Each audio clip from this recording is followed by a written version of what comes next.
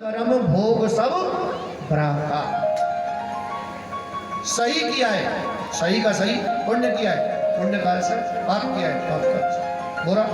अब हम सोचे कि 100 पाप करने के बाद में फिर हम पुण्य करें, यज्ञ लुटाएं तो हमारे पापों का प्रायश्चित हो जाएगा। बिल्कुल मत सोच लेना। पुण्य का अकाउंट अलग है और पाप का अकाउंट अलग है।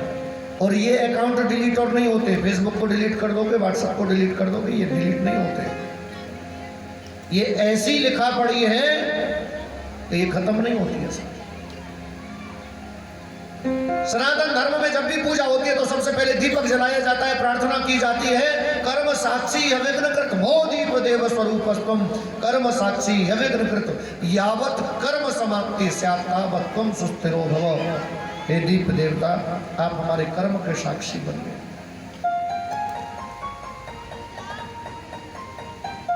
जब तक हमारा ये शुभ कर्म संपन्न न हो जाए, इसमें क्या गलत हो रहा है, क्या सही हो रहा है, उसके साक्षी बनिए।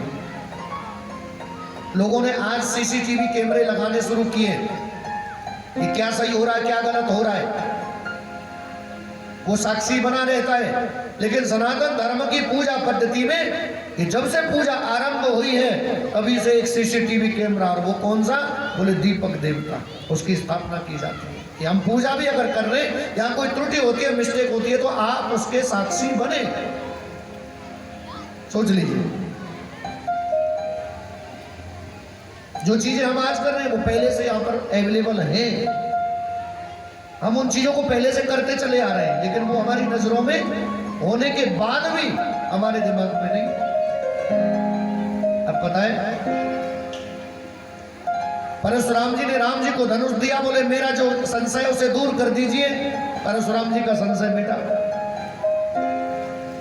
कि राम रमापति कर धन ले हूँ, राम रमापति कर धन ले हूँ, राम रमापति कर धन ले हूँ, राम रमापति कर धन ले हूँ, खेचहूँ मिटे संदेह, खेचहूँ मिटे संदेह, राम रमापति कर धन ले हूँ, राम रमापति कर धन ले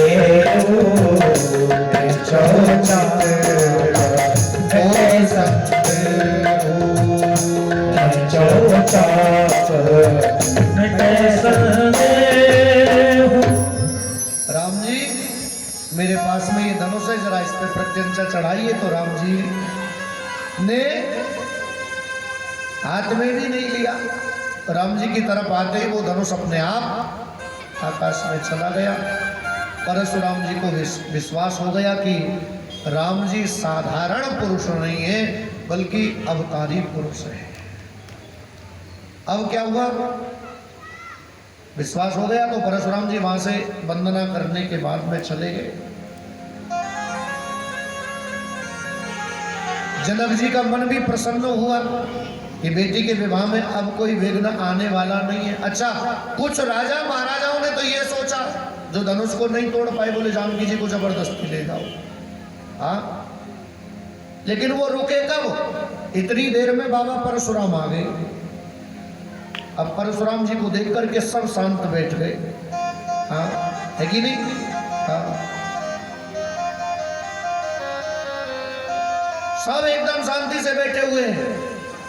सबका ध्यान अब सीता जी की तरफ से हट करके परशुराम जी की तरफ है कि पता नहीं किसका समय नजदीक आ जाए। हाँ? और परशुराम जी जिस सभा में हो वहां गलत नहीं हो सकता है। साथ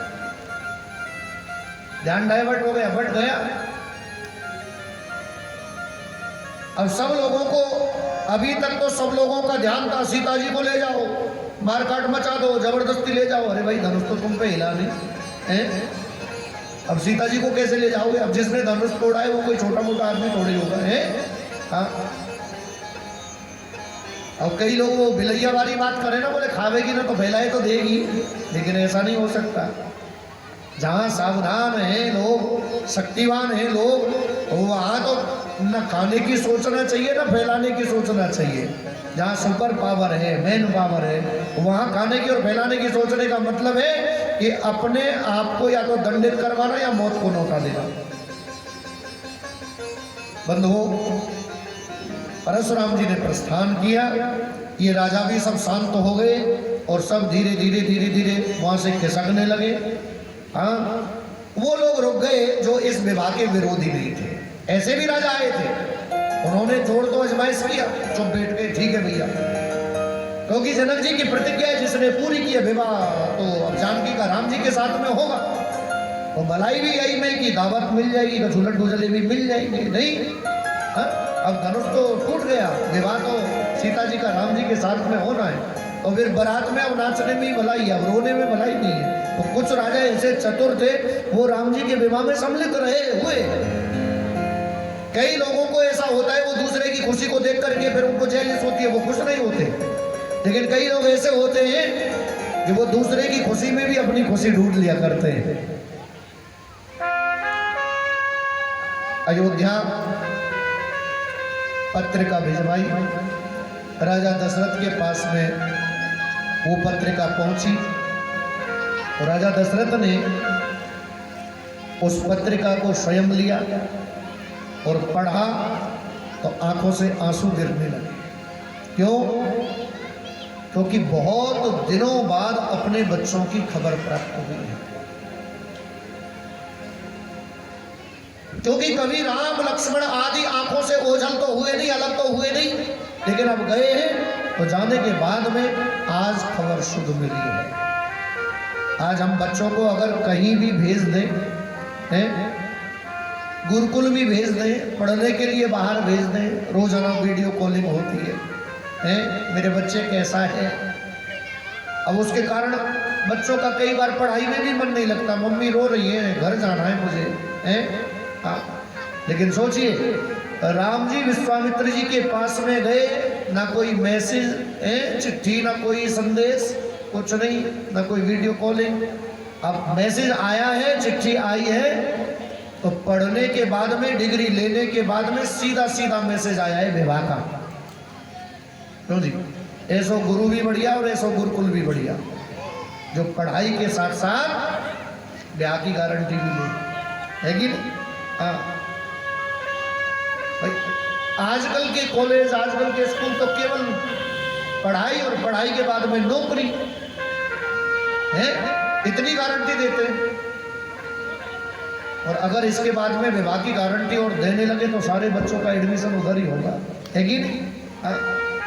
लेकिन ऐसे तो एक ही गुरु थे साहब, विश्वामित्र, जिन्होंने पढ़ाया तो 2 शिष्यों को, औरों को भी पढ़ाया होगा, लेकिन राम लक्ष्मण विशेष थे, तो दोनों का विवाह भी करवाया। अब पत्रिका जब आई, आज दशरथ जी बड़े खुश हुए हैं, भरत शत्रुघ्न भी बड़े खुश हैं। पता चल गया सबको, राम लक्ष्मण के विवाह की तैयारी है, बारात सजवाई गई, बारात तैयार हुई है, और बारात ने प्रस्थान किया है जनकपुर के लिए। सब लोग बड़े खुश हैं, सब लोग बड़े आनंदित हैं। सबने बड़े बड़े सुंदर वस्त्र पहने, अपनी पूरी तैयारियों के साथ में सब लोग आए हैं। वेद मंत्रों का पाठ ब्राह्मण कर रहे हैं, नगर की जो स्त्रियां हैं वो नृत्य कर रही हैं। अयोध्या नगरी को भी सुंदर सजवा दिया गया है, जैसे जनकपुर सजा है वैसे ही अयोध्या नगरी भी सजी है। और अनेकों ब्राह्मणों के साथ, गुरु वशिष्ठ आदि के साथ में आज बारात ने प्रस्थान किया है जनकपुर के लिए। रास्ते में कई पड़ावों को पार करते हुए जनकपुर में पहुंचे, तो जनकपुर में जब पहुंचे तो अगवानी की गई है। सतानंद जनक जी के पुरोहित हैं, इन्होंने अनेकों वृद्ध पुरुषों को, सम्माननीय पुरुषों को जो अगवानी करने के योग्य थे, उन सबको लिया और बारात की अगवानी की। फिर जनवासे में ठहराया गया। अब पता है, अकेले राम जी का ही नहीं, लक्ष्मण, भरत, शत्रुघ्न, इन तीनों भाइयों का विवाह और हो गया। हाँ, दूल्हे राजा भैया बढ़िया मिलते, कुल खानदान बढ़िया। क्यों जी? हाँ, सीता, श्रुतकीर्ति, उर्मिला, मांडवी, इन चारों कन्याओं के साथ में राम, लक्ष्मण, भरत, शत्रुघ्न का विवाह हुआ, पाणी ग्रहण संस्कार हुआ, यज्ञ मंडप बनाए गए हैं, विवाह मंडप बनाए गए हैं, 4 मंडप बनाए गए, चारों में अलग अलग पुरोहित और फेरे पड़ रहे हैं, भामरे पड़ रही है साहब हैं। हाँ, एक ब्राह्मण नहीं है, अनेकों ब्राह्मण हैं, स्वस्ति वाचन कर रहे हैं। स्वस्ति वाचन का मतलब है वो कल्याण सूचक मंत्र जो कानों में पड़ जाए और जीवन मंगलमय हो जाए। जिस क्षेत्र में स्वस्ति वाचन का पाठ हो जाए वो क्षेत्र ही पवित्र हो जाए।